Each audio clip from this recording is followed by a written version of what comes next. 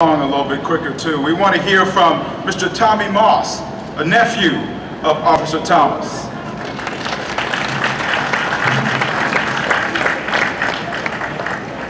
Thank you. Okay, quickly, because I know it's hot out here, and being from California, we don't get this hot.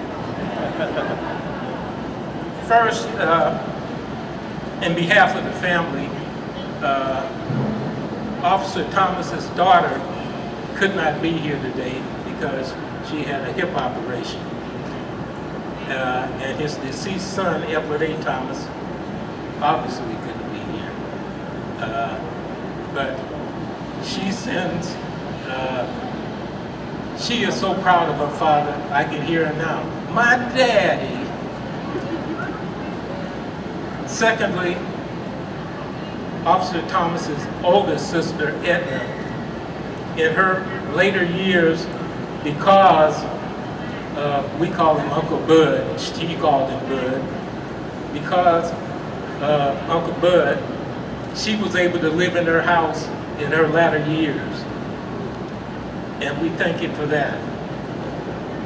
His next sister, right after him, was Miss Theta Holden.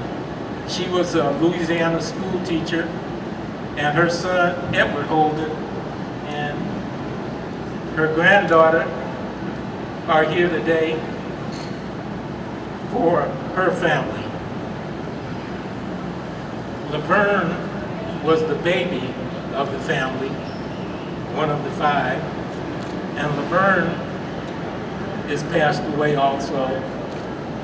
But she has a grandson that's a Los Angeles Police Department officer. And when he saw that Uncle Bud was retiring, he showed his supervisor, who was getting ready to retire, Uncle Bud's entire story. And she's getting ready to retire after 30 years, and she's going to write a book, and she says, oh, this is one of the things that we're going to show first. Lastly, the lady in the wheelchair is his only surviving sister, Miss Lily Harrison, who is my mother.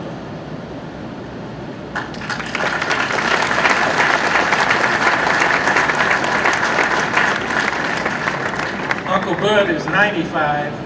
My mother will be 90 next month, on the 8th of next month.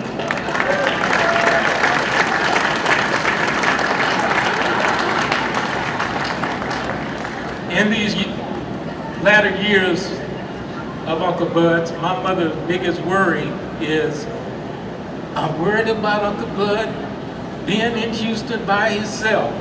Well, we can see he's not by himself. And we thank Houston for that. The one thing I said, Uncle Bud has lived a blessed life, a life of favor. And as our president said in his speech in South Carolina, that the Lord works in mysterious ways. Uncle Bud is one of 5 children. His mother, Dora Thomas, the woman he loved more than anybody in this world to this day. She was born in a little town in Texas of a maid, and she worked for a doctor. The doctor's son impregnated the maid. Back then, they couldn't have this little white-looking girl running around with the black maid. His mother looked like the mayor.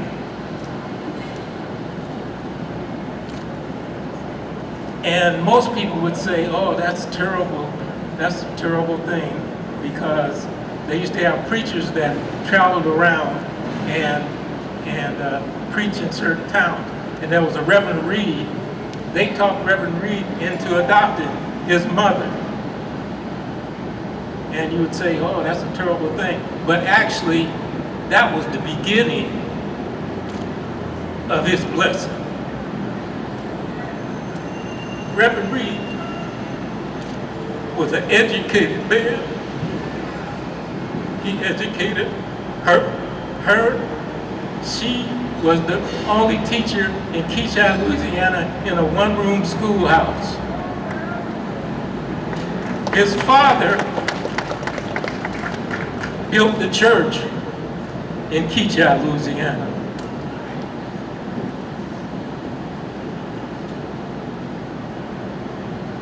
Uncle Bud, again, I said, has lived a blessed life and a life of favor. And this is the result of it, where we stand here today, and you people honoring him. I can hear Granny Dora now saying, Bud, you did good, son. I'm proud of you.